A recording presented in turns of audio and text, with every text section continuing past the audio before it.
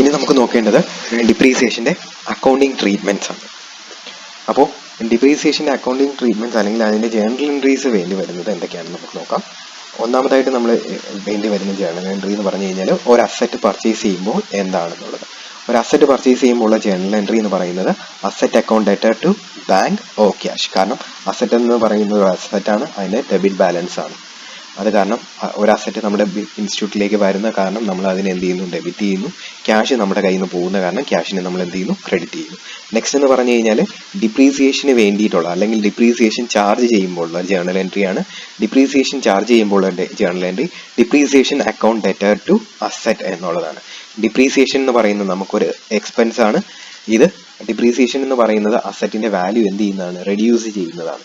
അപ്പോൾ എക്സ്പെൻസിനെ നമ്മൾ ഡെബിറ്റ് ചെയ്യുന്നു, അസറ്റിന്റെ വാല്യൂ റെഡ്യൂസ് ചെയ്യാനായിട്ട് അതിനെ നമ്മൾ എന്ത് ചെയ്യുന്നു, ക്രെഡിറ്റ് ചെയ്യുന്നു. അപ്പോൾ എൻട്രി എന്ന് പറയുന്നത് depreciation account debtor to asset എന്നുള്ളതാണ്. അപ്പം മൂന്നാമത്തേന്ന് പറഞ്ഞു കഴിഞ്ഞാൽ ഈ ചാർജ് ചെയ്ത ഡിപ്രീസിയേഷൻ നമ്മൾ പ്രോഫിറ്റ് ആൻഡ് ലോസിലേക്ക് കൺവേർട്ട് ചെയ്യുമ്പോൾ അല്ലെങ്കിൽ ട്രാൻസ്ഫർ ചെയ്യുമ്പോൾ ഉള്ള എൻട്രിയാണ്. ഡിപ്രീസിയേഷൻ P&Lലേക്ക് ട്രാൻസ്ഫർ ചെയ്യേണ്ട entry profit and loss account debtor to depreciation എന്നാണ്. കാരണം ഡിപ്രീസിയേഷൻ എന്ന് പറയുന്ന എക്സ്പെൻസിന്റെ ബാലൻസ് ഡെബിറ്റ് ബാലൻസ് ആണ്. ഡെബിറ്റ് ബാലൻസ് ഉള്ള ഒരു ഐറ്റത്തിനെ ക്ലോസ് ചെയ്യാനായിട്ട് നമ്മൾ അതിനെ എന്ത് ചെയ്യണം, ക്രെഡിറ്റ് ചെയ്യണം. അതുകൊണ്ട് ഇവിടെ വരുന്ന entry profit and loss account debtor to depreciation എന്നുള്ളതാണ്. അടുത്തതായിട്ട് നമുക്കുള്ള എൻട്രി എന്ന് പറയുന്നത് സെയിൽ ഓഫ് അസറ്റ് ആണ്. ഒരു അസറ്റ് നമ്മൾ വിൽക്കുമ്പോൾ നമ്മുടെ കയ്യിൽ നിന്ന് അസറ്റ് പോവുകയും ചെയ്യും, നമ്മളിലേക്ക് ക്യാഷ് വരികയും ചെയ്യും. അസറ്റ് എന്ന് പറയുന്നത് ഡെബിറ്റ് ബാലൻസ് ഉള്ള ഐറ്റമാണ്. ഡെബിറ്റ് ബാലൻസ് ഉള്ള ഐറ്റത്തിനെ റിഡ്യൂസ് ചെയ്യണമെങ്കിൽ അതിനെ എന്ത് ചെയ്യണം, ക്രെഡിറ്റ് ചെയ്യണം. ബാങ്ക് അല്ലെങ്കിൽ ക്യാഷ് നമ്മുടെ കയ്യിലേക്ക് വരുമ്പോൾ നമ്മൾ അതിനെ എന്ത് ചെയ്യണം, ക്യാഷിനെയോ ബാങ്കിനെയോ നമ്മൾ ഡെബിറ്റ് ചെയ്യണം. അതുകൊണ്ട് എൻട്രി വരുന്നത് bank account debtor to asset എന്നുള്ളതാണ്. അടുത്തതായിട്ട് വരുന്നത് ഇനി നമ്മൾ അസറ്റ് വിൽക്കുന്ന സമയത്ത് നമുക്ക് പ്രോഫിറ്റോ ലോസോ എന്തെങ്കിലും ലഭിക്കുകയാണെങ്കിൽ എന്ത് എന്നുള്ളതാണ്. ഇപ്പോൾ നമ്മൾ അസറ്റ് വിൽക്കുന്ന സമയത്ത് നമുക്ക് എന്തെങ്കിലും നഷ്ടം സംഭവിച്ചിട്ടുണ്ടെങ്കിൽ അതിനുള്ള എൻട്രി എന്ന് പറയുന്നത് bank of cash account debtor profit and loss account debtor to asset എന്നുള്ളതാണ്. അതായത് അസറ്റിനെ നമ്മൾ എന്ത് ചെയ്യണം, അസറ്റിന്റെ വാല്യൂവിനെ 0 ആക്കണം. ഇപ്പോൾ സപ്പോസ് 10,000 രൂപയുടെ ഒരു അസറ്റ് നമ്മൾ വിറ്റ സമയത്ത് നമുക്ക് 8,000 രൂപയെ കിട്ടിയിട്ടുള്ളൂ. 2,000 രൂപ അവിടെ എന്ത് ചെയ്യാനുണ്ട്, ടാലി ആക്കാനുണ്ട്. അപ്പോൾ ആ 2,000 രൂപ എന്ന് പറയുന്നത് എന്തായിട്ടാണ് നമ്മൾ കാണിക്കേണ്ടത്, ലോസ് ആയിട്ടാണ്. അപ്പോൾ ഇവിടെ വരുന്ന എൻട്രി എന്ന് പറയുന്നത് bank of cash account debtor profit and loss account debtor to asset എന്നുള്ളതാണ്. ലാസ്റ്റ് എന്ന് പറയുന്നത് അസറ്റ് വിൽക്കുന്ന സമയത്ത് നമുക്ക് എന്തെങ്കിലും പ്രോഫിറ്റ് ആണ് കിട്ടിയിട്ടുള്ളതെങ്കിൽ എന്താണ് എന്നുള്ളതാണ്. പ്രോഫിറ്റ് ആണ് നമുക്ക് കിട്ടുന്നതെങ്കിൽ അതിന് എൻട്രി വരുന്നത് bank of cash account debtor to asset to profit and loss account. ഇപ്പോൾ നമ്മൾ വിറ്റത് 10,000 രൂപ ബുക്ക് വാല്യൂ ഉള്ള ഒരു അസറ്റ് ആണ്, പക്ഷേ നമുക്ക് ലഭിച്ചത് 12,000 രൂപയാണെന്ന് കരുതുക. അപ്പോൾ ക്യാഷിന്റെ സ്ഥാനത്ത് എത്ര രൂപ വരണം, 12,000 രൂപ വരണം. അസറ്റിന്റെ സ്ഥാനത്ത് എത്രയേ വരത്തുള്ളൂ, 10,000 രൂപയെ വരത്തുള്ളൂ. അപ്പോൾ ബാലൻസ് വരുന്ന ബാലൻസിങ് ഫിഗർ എന്ന് പറയുന്നത് നമുക്കുണ്ടാകുന്ന പ്രോഫിറ്റ് ആണ് 2,000 റുപ്പീസ് എന്ന് പറയുന്നത്. ഇനി നമുക്ക് പഠിക്കേണ്ടത് ഡിപ്രീസിയേഷൻ കാൽക്കുലേറ്റ് ചെയ്യേണ്ട മെത്തേഡ്സ് ആണ്. നിങ്ങൾക്ക് 6 മെത്തേഡാണ് ഡിപ്രീസിയേഷൻ കാൽക്കുലേറ്റ് ചെയ്യേണ്ടത് പഠിക്കേണ്ടത്. അതിൽ ഒന്നാമത് വരുന്നത് ഫിക്സഡ് ഇൻസ്റ്റാൾമെൻറ്റ് മെത്തേഡ്. രണ്ടെന്ന് പറയുന്നത് റെഡ്യൂസിങ് ബാലൻസ് മെത്തേഡ്.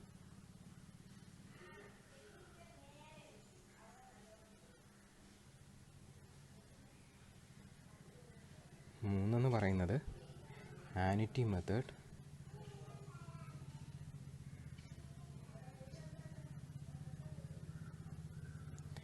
നാലെന്ന് പറയുന്നത് ഡിപ്രീസിയേഷൻ ഫണ്ട് മെത്തേഡ്.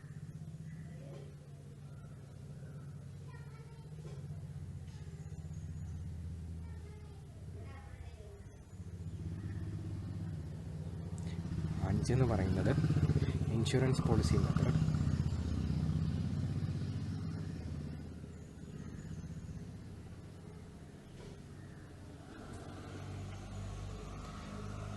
ആറെന്ന് പറയുന്നത് റീവാലുവേഷൻ മെത്തേഡ്.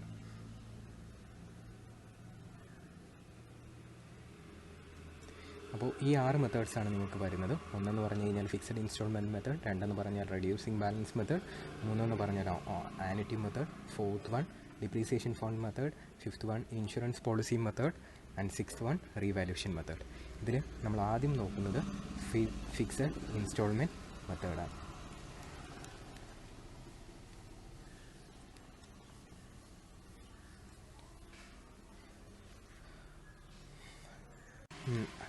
അപ്പോൾ ഒരു അസറ്റിൻ്റെ ഡിപ്രീസിയേഷനെ അഫക്റ്റ് ചെയ്യുന്ന 3 ഫാക്ടേഴ്സാണ് നമ്മൾ പറഞ്ഞത്. ഒന്നെന്ന് പറഞ്ഞു കഴിഞ്ഞാൽ അതിൻ്റെ കോസ്റ്റ്, രണ്ടെന്ന് പറഞ്ഞു കഴിഞ്ഞാൽ അതിൻ്റെ സ്ക്രാപ്പ് വാല്യൂ, മൂന്നെന്ന് പറഞ്ഞു കഴിഞ്ഞാൽ അതിൻ്റെ യൂസ്ഫുൾ ലൈഫ്. ഈ 3 കാര്യങ്ങളാണ് ഒരു അസറ്റിൻ്റെ ഡിപ്രീസിയേഷൻ എമൗണ്ടിനെ അഫക്റ്റ് ചെയ്യുന്ന കാര്യങ്ങളെന്ന് നമ്മൾ നേരത്തെ പറഞ്ഞിരുന്നു. അപ്പോൾ ഫിക്സഡ് ഇൻസ്റ്റാൾമെൻറ്റ് മെത്തേഡ് എന്ന് പറഞ്ഞു കഴിഞ്ഞാൽ ഡിപ്രീസിയേഷൻ എന്ന് പറയുന്നത് ഒരു ഫിക്സഡ് പെർസെൻറ്റേജിലായിരിക്കും എന്ത് ചെയ്യുന്നത്, നമ്മൾ പ്രൊവൈഡ് ചെയ്ത് കൊടുക്കുന്നത്. ഫിക്സഡ് ഇൻസ്റ്റാൾമെൻറ്റ് മെത്തേഡ് പ്രകാരം ഡിപ്രീസിയേഷൻ കാൽക്കുലേറ്റ് ചെയ്യാനുള്ള ഇക്വേഷൻ എന്ന് പറയുന്നത് ഡിപ്രീസിയേഷൻ ഈക്വൽ ടു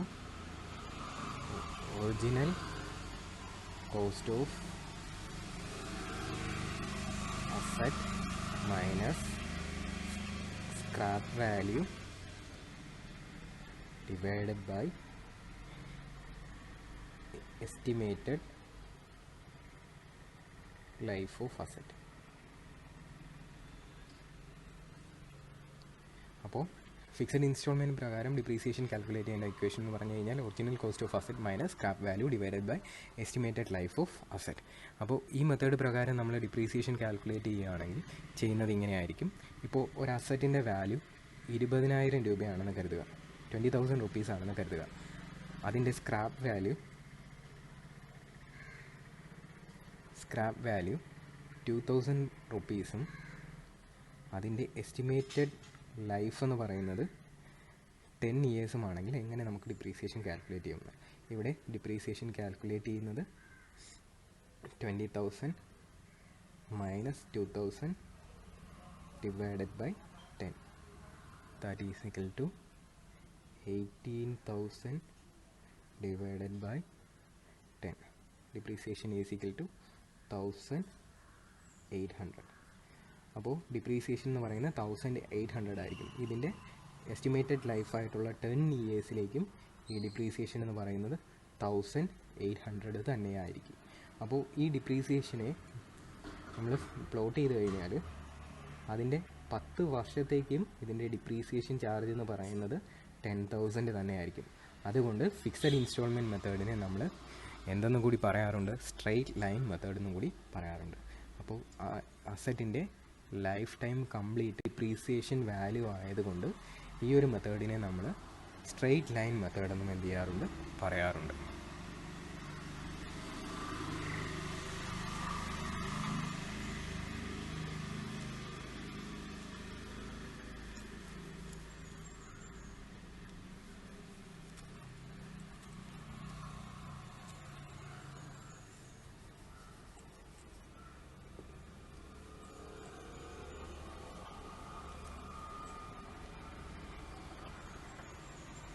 ഇനി ഫിക്സഡ് ഇൻസ്റ്റാൾമെൻറ്റ് മെത്തേഡ് പ്രകാരം ഡിപ്രീസിയേഷൻ കാൽക്കുലേറ്റ് ചെയ്തിട്ട് അതിനെ എങ്ങനെ നമുക്ക് ലെഡ്ജറിലേക്ക് പോസ്റ്റ് ചെയ്യാം എന്നുള്ളത് നോക്കാം.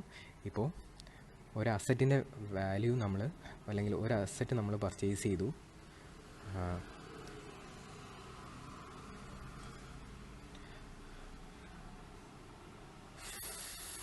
ഫസ്റ്റ് ഏപ്രിൽ 2011 നമ്മൾ 40,000 rupees-നൊരു അസറ്റ് എന്ത് ചെയ്തു, പർച്ചേസ് ചെയ്തു. അതിൻ്റെ എസ്റ്റിമേറ്റഡ് ലൈഫ് എന്ന് പറയുന്നത് 7 years ആണെന്ന് കരുതുക, 7 വർഷമാണെന്ന് കരുതുക. ആ 7 വർഷം കഴിയുമ്പോൾ അതിൻ്റെ സ്ക്രാപ്പ് വാല്യൂ ആയിട്ട് നമുക്ക് കിട്ടാൻ പറ്റുന്നത് 5,000 രൂപയാണെന്നും കരുതുക. അങ്ങനെയാണെങ്കിൽ ഇതിൻ്റെ 3 വർഷത്തേക്കുള്ള ലെഡ്ജർ എങ്ങനെ പോസ്റ്റ് ചെയ്യാമെന്ന് നമുക്ക് നോക്കാം. ഇപ്പോൾ ഡിപ്രീസിയേഷൻ കാൽക്കുലേറ്റ് ചെയ്യാനുള്ള ഇക്വേഷൻ എല്ലാവർക്കും അറിയാം. Depreciation equal to original cost minus scrap value divided by estimated working life. ഇതാണ് ഇക്വേഷൻ. അപ്പോൾ ഈ ഇക്വേഷൻ പ്രകാരം ഡിപ്രീസിയേഷൻ കാൽക്കുലേറ്റ് ചെയ്യുവാണെങ്കിൽ ഒറിജിനൽ കോസ്റ്റ് ആയത് 40,000 മൈനസ് സ്ക്രാപ്പ് വാല്യൂ നമുക്ക് ഡിറൈവ് ചെയ്യാൻ പറ്റുന്നത് 5,000 ആണ്. 5,000 divided by 7, that's equal to 35,000 divided by 7. 7 into 5 35,000 ആണ്. അപ്പോൾ 5,000. അപ്പോൾ ഫിക്സഡ് ഇൻസ്റ്റാൾമെൻറ്റ് പ്രകാരം നമുക്ക് ഡിപ്രീസിയേഷൻ എമൗണ്ട് വരുന്നത് 5,000 ആണ്. ഡിപ്രീസിയേഷൻ നമ്മൾ കാൽക്കുലേറ്റ് ചെയ്തത് 5,000 ആണ്. ഇനി എങ്ങനെ ഇതിനെ നമുക്ക് ലെഡ്ജറിലേക്ക് പോസ്റ്റ് ചെയ്യാമെന്ന് നോക്കുക.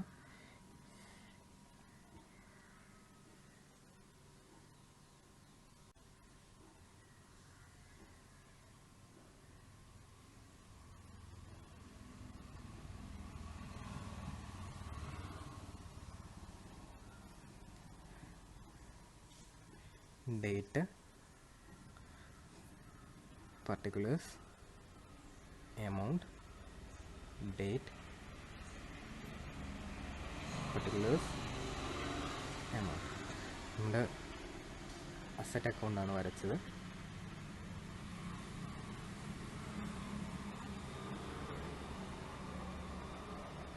അസറ്റിന് എപ്പോഴും എന്ത് ബാലൻസ് ആയിരിക്കും? ഡെബിറ്റ് ബാലൻസ് ആണ്. അപ്പോൾ ഫസ്റ്റ് ഏപ്രിലാണ് നമ്മൾ എന്ത് ചെയ്തേക്കുന്നത്? അസറ്റ് പർച്ചേസ് ചെയ്തത്. അപ്പോൾ 1/4/2011 നമ്മൾ എന്ത് ചെയ്തു? ടു ബാങ്ക് ക്യാഷിൽ നമ്മൾ എന്ത് ചെയ്തു? അസറ്റ് പർച്ചേസ് ചെയ്തു 40,000 റുപ്പീസിന്. ആ വർഷത്തെ ക്ലോസിംഗ് ഡേറ്റിലായിരിക്കണം നമ്മൾ എന്ത് ചാർജ് ചെയ്യേണ്ടത്? ഡിപ്രീസിയേഷൻ ചാർജ് ചെയ്യേണ്ടത്. അപ്പോൾ 31/12/2012 നമ്മൾ എന്ത് ചെയ്യുക? ഡിപ്രീസിയേഷൻ ചാർജ് ചെയ്യുക. ബൈ ഡിപ്രീസിയേഷൻ നമ്മൾ കാൽക്കുലേറ്റ് ചെയ്തിട്ടുണ്ട് 5,000 റുപ്പീസ്. എന്നിട്ട് ഇതിനെ എന്ത് ചെയ്യുക? ബാലൻസ് ചെയ്യുക.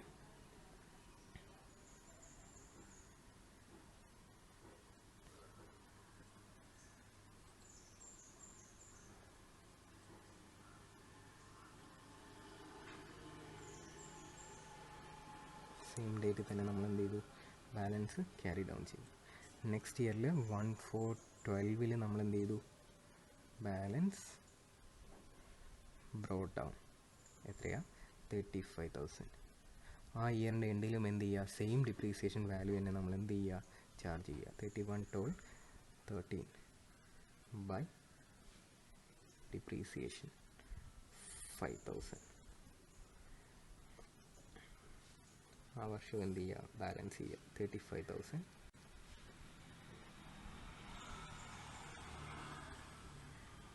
30,000 ബാലൻസ്.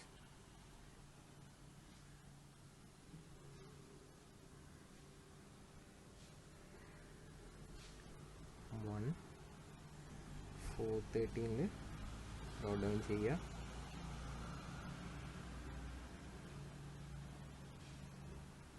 ഇയറിന് എന്തിൽ എന്ത് ചെയ്യുക? ഡിപ്രീസിയേഷൻ ചാർജ് ചെയ്ത് കൊടുക്കുക. അതിനെന്ത് ചെയ്യുക? ബാലൻസ് ചെയ്യുക.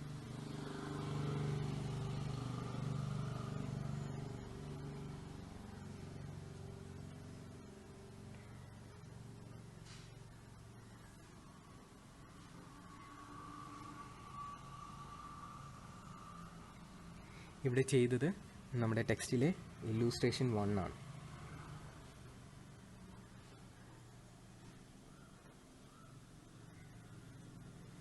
നിങ്ങൾ നോക്കുക. ഇതിനകത്ത് എന്തെങ്കിലും ഡൗട്ട് ഉണ്ടെങ്കിൽ നിങ്ങൾ എന്ത് ചെയ്യുക? ചോദിക്കുക.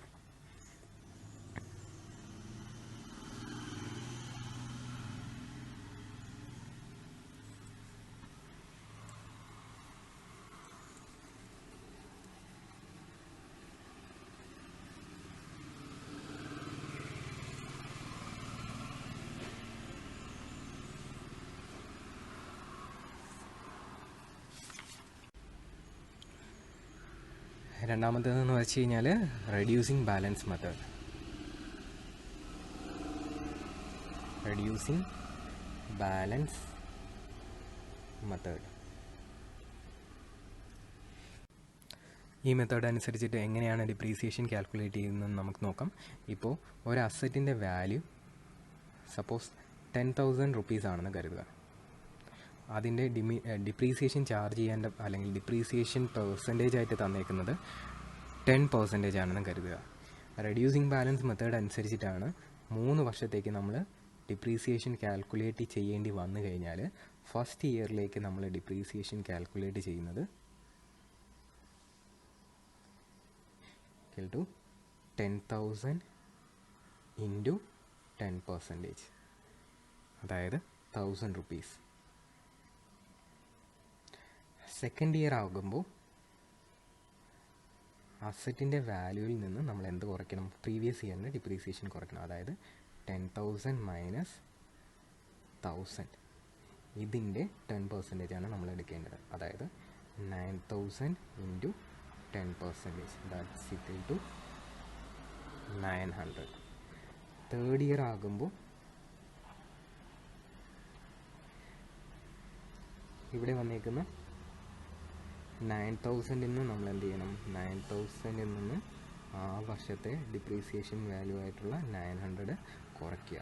അതിൻ്റെ 10% നമ്മൾ എന്ത് ചെയ്യേണ്ടത്? എടുക്കേണ്ടത്. That's equal to 8,100 into 10% equal to 810.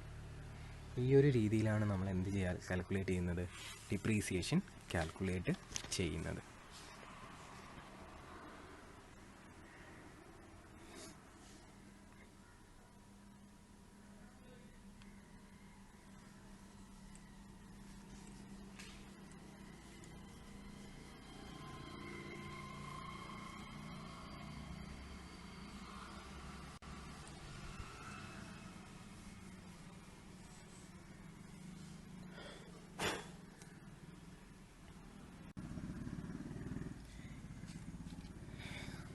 ഇനി നമുക്ക് നോക്കേണ്ടത് ഡിമിനിഷിംഗ് ബാലൻസ് പ്രകാരം ഡിപ്രീസിയേഷൻ കാൽക്കുലേറ്റ് ചെയ്തിട്ട് അതിനെ എങ്ങനെ ലെഡ്ജറിലേക്ക് പോസ്റ്റ് ചെയ്യാം എന്നുള്ളതാണ്. ക്വസ്റ്റ്യൻ നോക്കുക. ഇല്ലൂസ്ട്രേഷൻ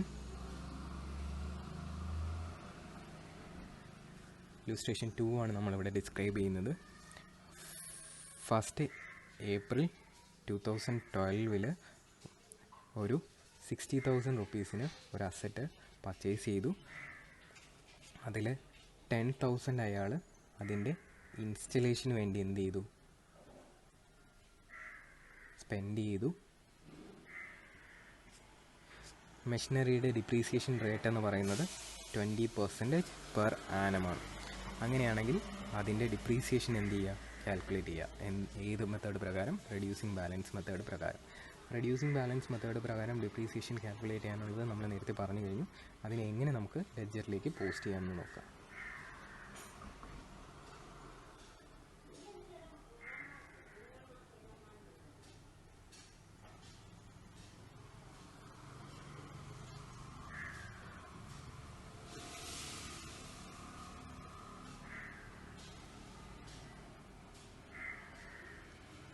അസറ്റ് അക്കൗണ്ടാണ്.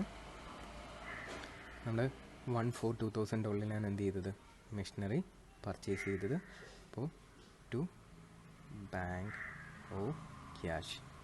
ഇവിടെ നമ്മൾ നോക്കേണ്ട കാര്യം, നമ്മുടെ അസറ്റ് 60,000 റുപ്പീസിന് വാങ്ങി ഇൻസ്റ്റലേഷൻ എക്സ്പെൻസ് 10,000 ആയി. നമ്മൾ നേരത്തെ ഒറിജിനൽ കോസ്റ്റ് ഓഫ് അസറ്റ് എന്താണെന്ന് പറഞ്ഞിരുന്നു. ഒറിജിനൽ കോസ്റ്റ് എന്ന് പറഞ്ഞു കഴിഞ്ഞാൽ പർച്ചേസ് പ്രൈസിനോടൊപ്പം അതിൻ്റെ ഇൻസ്റ്റലേഷൻ എക്സ്പെൻസോ അതിനെ നമ്മുടെ ട്രാവലിംഗ് എക്സ്പെൻസോ അതിൻ്റെ കമ്മീഷനിങ് എക്സ്പെൻസോ നേരത്തെ നമ്മൾ ഒറിജിനൽ കോസ്റ്റ് ഓഫ് അസറ്റ് എന്താണെന്ന് പറഞ്ഞിരുന്നു. ഒറിജിനൽ കോസ്റ്റ് ഓഫ് അസറ്റ് എന്ന് പറഞ്ഞു കഴിഞ്ഞാൽ അസറ്റ് പ്രൊക്യൂർ ചെയ്യുന്നതിനെയോ അതിനെ നമ്മുടെ ഗോഡൗണിലേക്കോ അല്ലെങ്കിൽ നമ്മുടെ പ്ലാന്റിലേക്കോ കൊണ്ടുവരുന്നതിന് നമുക്ക് ചിലവാകുന്നതോ ഇൻസ്റ്റലേഷനോ അല്ലെങ്കിൽ കമ്മീഷനിങ്ങിനോ വേണ്ടി ചിലവാകുന്ന എല്ലാ കോസ്റ്റുകളെയും ചേർത്തിട്ടാണ് നമ്മൾ എന്തെന്ന് പറയുന്നത്? നമ്മുടെ ഒറിജിനൽ കോസ്റ്റ് ഓഫ് അസറ്റ് എന്ന് പറയുന്നത്. അപ്പോൾ നമ്മുടെ ഇവിടുത്തെ അസറ്റിൻ്റെ കോസ്റ്റ് എന്ന് പറയുന്നത് 60,000 പ്ലസ് 10,000 ആണ്. That's equal to 70,000. ആ വർഷത്തെ എൻഡിൽ നമ്മൾ എന്ത് ചെയ്ത് കൊടുക്കണം? ഡിപ്രീസിയേഷൻ ചാർജ് ചെയ്യണം. 70,000ൻ്റെ 20%. 70,000ൻ്റെ 20% എന്ന് പറയുമ്പോൾ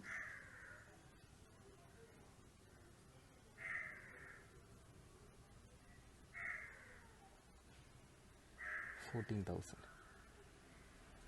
അപ്പോൾ 14,000. എന്നിട്ട് എന്ത് ചെയ്യുക? ഇതിനെ ബാലൻസ് ചെയ്യുക.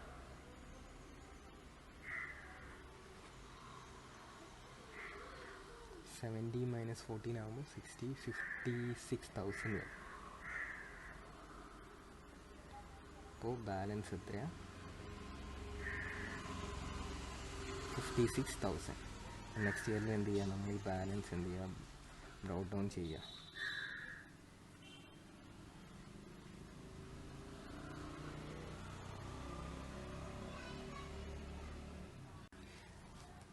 ഡിമിനിഷിങ് ബാലൻസ് മെത്തേഡ് പ്രകാരം നമ്മൾ ഡിപ്രീസിയേഷൻ ചാർജ് ചെയ്യേണ്ടത് ഈ എമൗണ്ടിലാണ്. അപ്പോൾ ഡിപ്രീസിയേഷൻ എന്ന് പറയുന്നത് 56,000 ഇൻറ്റു 20%.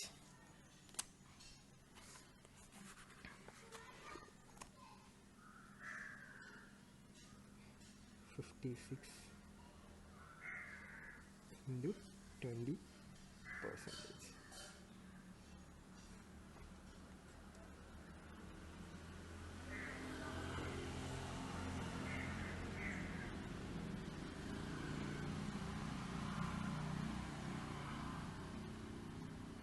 ഡിപ്രീസിയേഷൻ എന്ന് പറയുന്നത് 11,200 കിട്ടും നമുക്ക്.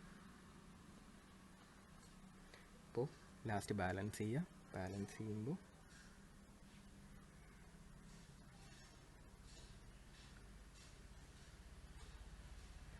31/3/2014 നമുക്ക് ബാലൻസ്, അസറ്റിൻ്റെ ബാലൻസ് 44,800 രൂപയായിട്ട് കിട്ടും.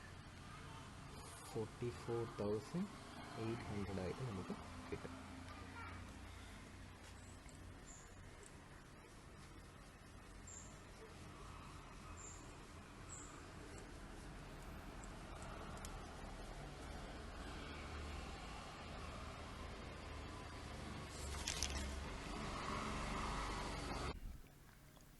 ഇനി നമുക്ക് നോക്കേണ്ടത് ചേഞ്ച് ഓഫ് മെത്തേഡാണ്.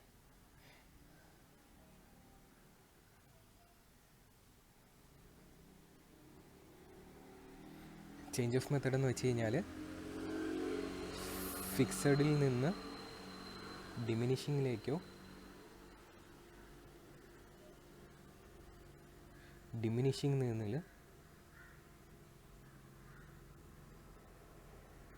മെത്തേഡിൽ നിന്ന് ഫിക്സഡ് മെത്തേഡിലേക്കോ ഉള്ള മെത്തേഡിൻ്റെ ചേഞ്ച്. ചിലപ്പോൾ ഡിപ്രീസിയേഷൻ പ്രൊവൈഡ് ചെയ്തതിന് ശേഷമായിരിക്കും മാനേജേഴ്സിന് ഈ മെത്തേഡ് അപ്രോപ്രിയേറ്റ് അല്ല എന്ന് തോന്നുകയും അവർ ഫിക്സഡ് മെത്തേഡിൽ നിന്ന് ഡിമിനിഷിങ് മെത്തേഡിലേക്കോ അല്ലെങ്കിൽ ഡിമിനിഷിങ് മെത്തേഡിൽ നിന്ന് ഫിക്സഡ് മെത്തേഡിലേക്കോ ചേഞ്ച് ചെയ്യുന്നത്. ഫിക്സഡ് മെത്തേഡിൽ നിന്ന് ഡിമിനിഷിങ് മെത്തേഡിലേക്ക് ചേഞ്ച് ചെയ്യുന്ന സമയത്ത് ഡിപ്രീസിയേഷൻ്റെ കാൽക്കുലേഷൻ എന്ന് വെച്ച് കഴിഞ്ഞാൽ ഈസിയാണ്. എന്നാണോ ചേഞ്ച് ചെയ്യുന്നത് ആ ടൈമിൽ ഓപ്പണിംഗ് ബാലൻസിനെ ബേസ് ചെയ്ത് നമ്മൾ എന്ത് ചെയ്താൽ മതിയാകും, ഡിപ്രീസിയേഷൻ കാൽക്കുലേറ്റ് ചെയ്താൽ മതിയാകും. എന്നാൽ ഡിമിനിഷിങ് ബാലൻസിൽ നിന്ന് ഫിക്സഡ് ബാലൻസിലേക്ക് നമ്മൾ ഷിഫ്റ്റ് ചെയ്യുമ്പോൾ അസറ്റ് വാങ്ങിയ പ്രൈസിൽ നിന്ന് ഡിപ്രീസിയേഷൻ നമ്മൾ എന്ത് ചെയ്യേണ്ടി വരും, കാൽക്കുലേറ്റ് ചെയ്യേണ്ടി വരും. നമുക്കിവിടെ ഒരു പ്രോബ്ലം ചെയ്ത് നോക്കാം. അപ്പോൾ നിങ്ങൾക്ക് കൂടുതൽ കാര്യങ്ങൾ എന്ത് ചെയ്യും, മനസ്സിലാവാൻ പറ്റും.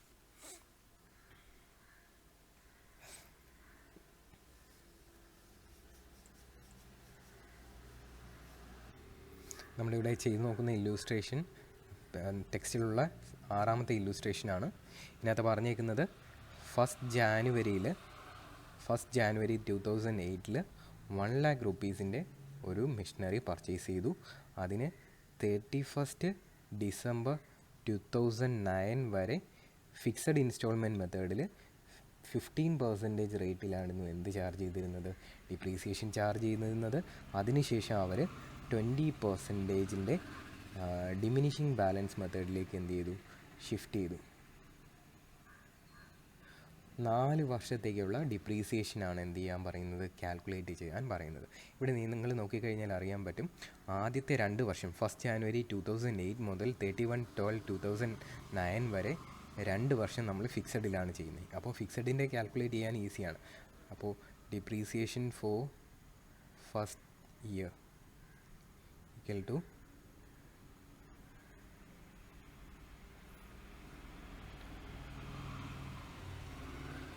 1 lakh into 15%, that's equal to 15,000. Second ഇയറിലേക്കും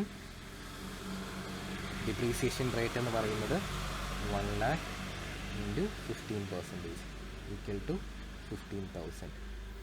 നമ്മുടെ ഫിക്സഡ് മെത്തേഡിൽ നിന്ന് ഡിമിനിഷിങ് മെത്തേഡിലേക്ക് ചേഞ്ച് ചെയ്യുന്ന സമയത്ത് പറഞ്ഞ കാര്യം എന്തെന്ന് വെച്ച് കഴിഞ്ഞാൽ, ഡിമിനിഷിങ് മെത്തേഡിലേക്ക് എന്നാണോ ചേഞ്ച് ചെയ്യുന്നത് ആ ടൈമിലെ ഓപ്പണിംഗ് ബാലൻസിനെ ബേസ് ചെയ്തിട്ട് വേണം നമ്മൾ എന്ത് ചെയ്യാനായിട്ട്, ഡിമിനിഷിങ് ബാലൻസിൽ ഡിപ്രീസിയേഷൻ എന്ത് ചെയ്യാൻ, കാൽക്കുലേറ്റ് ചെയ്യാനായിട്ട്. അങ്ങനെയാണെങ്കിൽ നമ്മളിവിടെ എന്ത് ചെയ്യണം, ഓപ്പണിംഗ് ബാലൻസ് എന്ത് ചെയ്യണം, കാൽക്കുലേറ്റ് ചെയ്യണം. ഓപ്പണിംഗ് ബാലൻസ് കാൽക്കുലേറ്റ് ചെയ്യാനായിട്ട് 1 January 2010 മെഷീനറിയുടെ ഓപ്പണിംഗ് ബാലൻസ് കാൽക്കുലേറ്റ് ചെയ്യാനായിട്ട് 1 lakh minus 15,000 plus 15,000 that's equal to 1 lakh minus 30,000 that's equal to 70,000.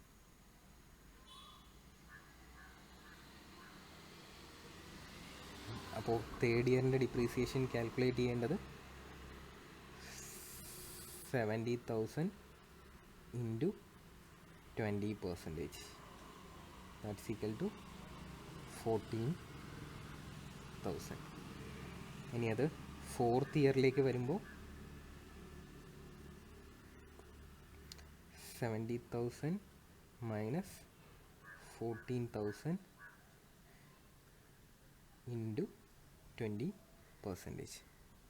That's equal to 56,000 into 20% equal to 11,200. അപ്പോൾ ഫിക്സഡ് മെത്തേഡിൽ നിന്ന് ഡിമിനിഷിങ്ങിലേക്ക് കൺവേർട്ട് ചെയ്യുമ്പോൾ നമ്മൾ ഇങ്ങനെയാണ് എന്ത് കാൽക്കുലേറ്റ് ചെയ്യുന്നത്, ഡിപ്രീസിയേഷൻ എന്ത് ചെയ്യുന്നത്, കാൽക്കുലേറ്റ് ചെയ്യുന്നത്.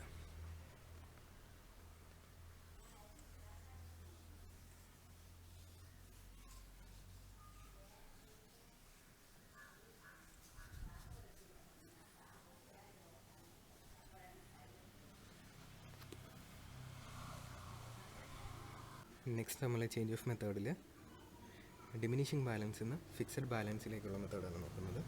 ഇവിടെ നമ്മൾ നോക്കുന്നത് പ്രാക്ടിക്കൽ പ്രോബ്ലം 9 ആണ്, പേജ് നമ്പർ 1.145.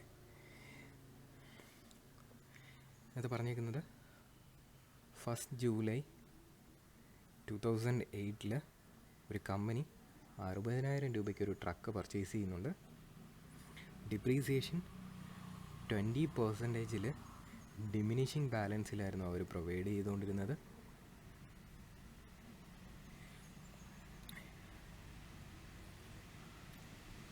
എന്നാൽ അവർ 1 January 2010 അതിനെ ഫിക്സഡ് മെത്തേഡിലേക്ക് ചേഞ്ച് ചെയ്തു. എന്നാൽ 31 December 2010 വരെയുള്ള അസറ്റിൻ്റെ ബാലൻസ് എന്ത് ചെയ്യുക, ഫൈൻഡ് ഔട്ട് ചെയ്യുക. അപ്പോൾ ഇവിടെ കാൽക്കുലേറ്റ് ചെയ്യേണ്ടത് ജൂലൈ മുതലുള്ള ഡിപ്രീസിയേഷനാണ്. അപ്പോൾ ജൂലൈ ടു ഡിസംബർ ആണ് ഫസ്റ്റ് ഇയറിൽ വരുന്നത്, 6 months. അപ്പോൾ ഫസ്റ്റ് ഇയറിൽ ഡിപ്രീസിയേഷൻ എന്ന് പറയുമ്പോൾ 60,000 into 20% into 6/12, that equal to 12,000 into 6/12, that equal to 6,000. Second year ആകുമ്പോൾ 60,000 minus 6,000 into 20%, that equal to 54,000 into 20%. Depreciation 10,800. Third and last year വരുമ്പോൾ ഡിപ്രീസിയേഷൻ വരുന്നത്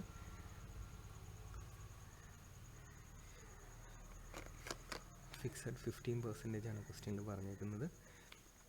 ഡിപ്രീസിയേഷൻ വരുന്നത് 60,000 ഇൻറ്റു 15%, ദാറ്റ് ഈക്വൽ ടു 9,000. അപ്പോൾ total depreciation വരുന്നത് 6,000 plus 10,800 plus 9,000.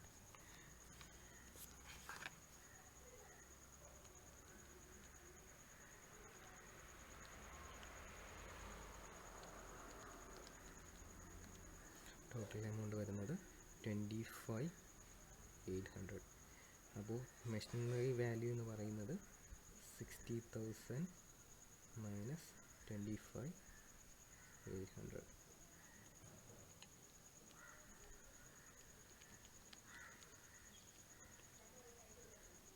$34,200 കിട്ടും. അപ്പോൾ ഇങ്ങനെയാണ് diminishing balance മെത്തേഡിൽ നിന്ന് ഫിക്സഡ് ബാലൻസ് മെത്തേഡിലേക്ക് നമ്മൾ എന്ത് ചെയ്യുന്നത്, ചേഞ്ച് ചെയ്യുന്നത്.